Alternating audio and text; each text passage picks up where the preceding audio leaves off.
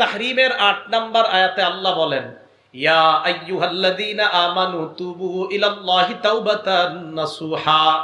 হে ঈমানদারগণ, তোমরা আল্লাহর কাছে খাঁটি তওবা করো। আসা রাব্বুকুম আইয়ুকাফিরা আনকুম সাইয়্যাতিকুম। আশা করা যায় আল্লাহ তোমাদের জিন্দেগীর সব গুনাহ খাতা মাফ করে দিবেন। ওয়া ইউদখিলাকুম জান্নাত।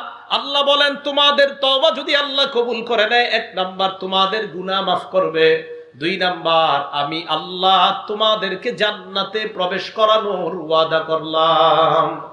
তওবা 1 নাম্বার। তাহলে সূরা তাহরিমের 8 নাম্বার আয়াত, এ হলো তওবার ব্যাপারে 1 নাম্বার কথা। 2 নাম্বার কথা তওবার ব্যাপারে ইবনে মাজাহ কিতাবের নাম, হাদিস নাম্বার 4250 নাম্বার হাদিস।